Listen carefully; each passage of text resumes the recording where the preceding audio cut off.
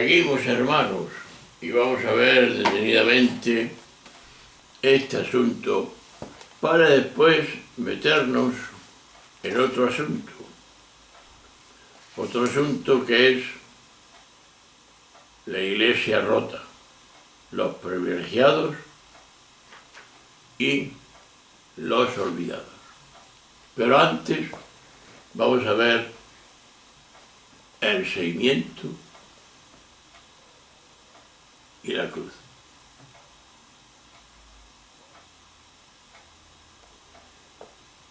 A lo largo de la historia, el centro del Evangelio no está la fe del creyente en Jesús, sino el seguimiento de Jesús. Lo central de la vida cristiana, por tanto, no se limita a hacer propias las creencias de la fe. Además de tales creencias, lo que decide si somos o no cristianos es si seguimos o no a este Jesús. De ahí que el centro del cristianismo no está en nuestras ideas, en nuestros criterios, en nuestra manera de pensar. Y además de eso, lo decisivo es nuestra manera de vivir. Podemos saber mucho de Jesús, pero si no vivimos como Él vivió, no conocemos nada de Jesús. Porque las obras son los que arrastran.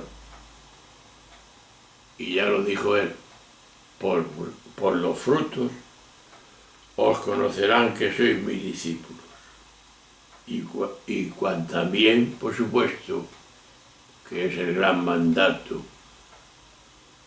cuando os améis como hermanos. Cuando es coincidente con lo que llevó Jesús, es cuando tomamos en serio, podríamos decirlo así, el Evangelio. En una palabra, para entenderlo muy bien, cuando lo vivimos, cuando lo ponemos en práctica. En otra ocasión y de otra forma, sería simplemente palabras, conocimiento. Pero queda por decir que lo más importante, porque en los evangelios se asocian el seguimiento de Jesús con el hecho de cargar con la cruz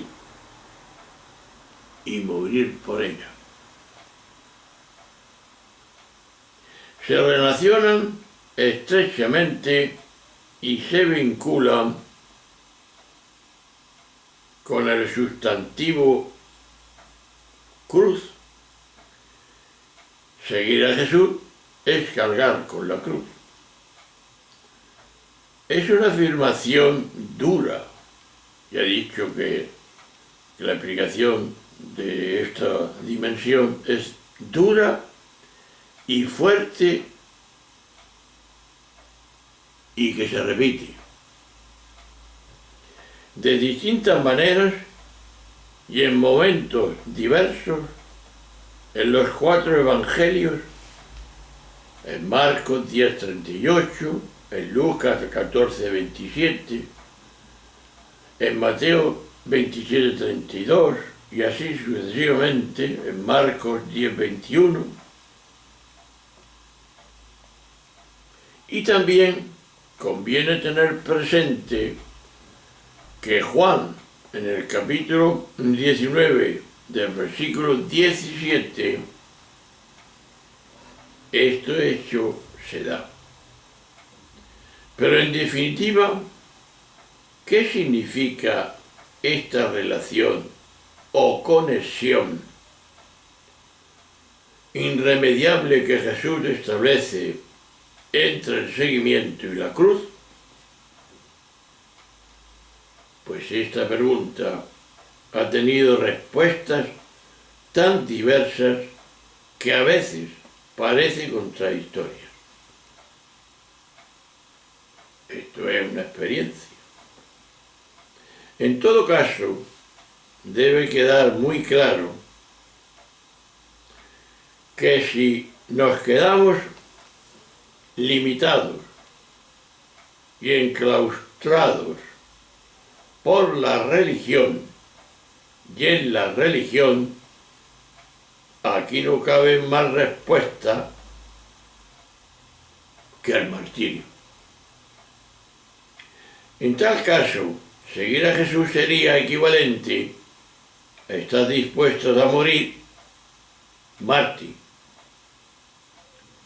Seguimiento y martirio vendrán a ser dos realidades patéticas y sobrecogedoras, vinculadas la una a la otra, lo cual, en última instancia, sería una forma finamente escogida y hasta selecta de marginar el Evangelio, ya que son pocos y extraños los ciudadanos que están dispuestos a morir en el martirio, sea cual sea su forma.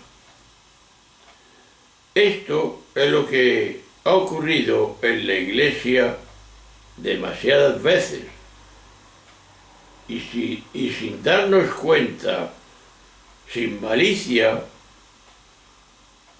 de lo que realmente estamos haciendo, predicar algo tan sublime que resulta imposible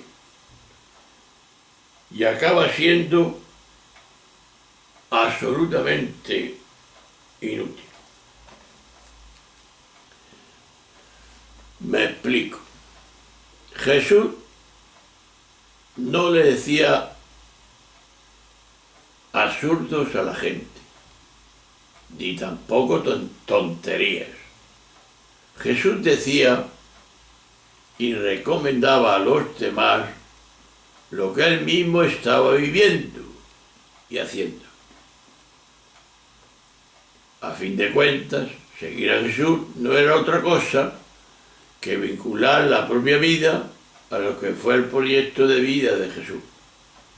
Ahora bien, Jesús fue un hombre libre. Estuvo atado a su familia. No estuvo atado, a su familia, ni a su casa, ni a su trabajo, ni al dinero, ni a la fama, ni a la religión, con sus dirigentes, sus rituales y sus normas. Jesús fue un hombre radicalmente libre al servicio de una humanidad radical. Pero, en realidad, viendo la realidad de nuestra vida y nuestra sociedad, quien opta por una humanidad radicalmente libre, opta, en realidad, por la disponibilidad. ¿Para qué? Para que lo maten, si es necesario, para no ceder ni un ápice en nuestra libertad, para estar siempre disponible en la tarea y en la lucha por esta humanidad. La humanidad de todos por igual, por su respeto, su dignidad, sus derechos, su felicidad, sus creencias, sus anhelos y deseos, su necesidad de bondad, de cariño y bienestar. En realidad, hermanos y amigos, los evangelios, en su forma literaria de relatos yuxtapuestos, no tiene otra finalidad ni hacer otra cosa que narrar el proyecto de vida que nos inició un hombre libre, enteramente libre, al servicio de todos los esclavos de este mundo y de esta vida. Sea cual sea la organización y la gestión del sistema político, económico y religioso del que leera tales evangelios.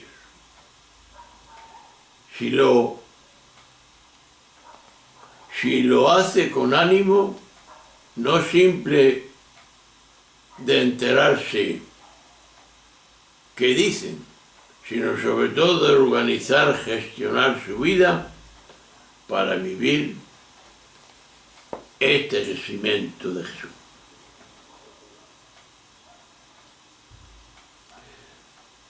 La segunda reflexión sería: ¿tenemos una iglesia rota, la que se llama de Jesús? Los privilegios y los olvidados. En nuestra vida y en nuestra sociedad existe un ejército de desheredados, porque abundan los tratados de historia de la Iglesia y de teología cristiana que, cuando explican los orígenes del cristianismo en los 3 primeros siglos de la historia, concede seguramente más importancia a lo que los cristianos creían que cómo los cristianos vivían. Y es que una de las características más frecuentes de la teología cristiana ha sido anteponer las ideas de la vida, una tentación que tantas veces los teólogos no han sabido superar.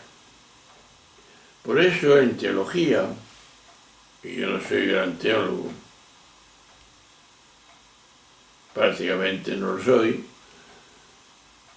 se antepone el ser al deber ser, con lo que descomponemos nuestra capacidad e incluso nuestra posibilidad de comprender a Dios, a Jesús y el Evangelio.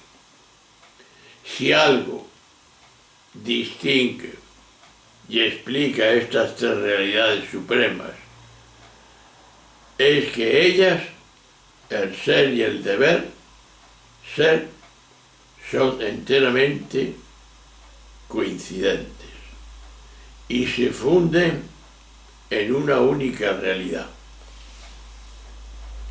Por esto se comprende que los tratados teológicos de los primeros siglos del cristianismo analizaran minuciosamente las enseñanzas de los apologistas del siglo II, las herejías que nos explica Irineo de Lyon, las complicadas teorías del agnosticismo, las interminables discusiones entre el estoicismo de los padres de la Iglesia, desde Clemente de Roma a Clemente de Alejandría, y las controversias de Orígenes contra el Celso, o la teoría de Arrio en sus enfrentamientos con la ortodoxia oficial, que explican la crisis de Nicea y las inacabables interpretaciones del homousios en Dios. el Hijo es de la misma naturaleza que el Padre. Sirvan estos ejemplos para que se podría multiplicar de forma abrumadora como indicadores de una teología de la Iglesia centrada en sus ideas y en sus dogmas, al tiempo que no resulta fácil encontrar en los manuales teológicos y en la enseñanza que se suele impartir en los seminarios y conventos una exploración documentada de cómo era y cómo vivía aquella iglesia y los cristianos que la componían. De aquí viene una pregunta. ¿Qué se puede decir sobre este asunto tan fundamental? Pues aquí nos quedamos, para no cansarnos como siempre, y después ver lo que estamos diciendo. Un abrazo, hasta siempre.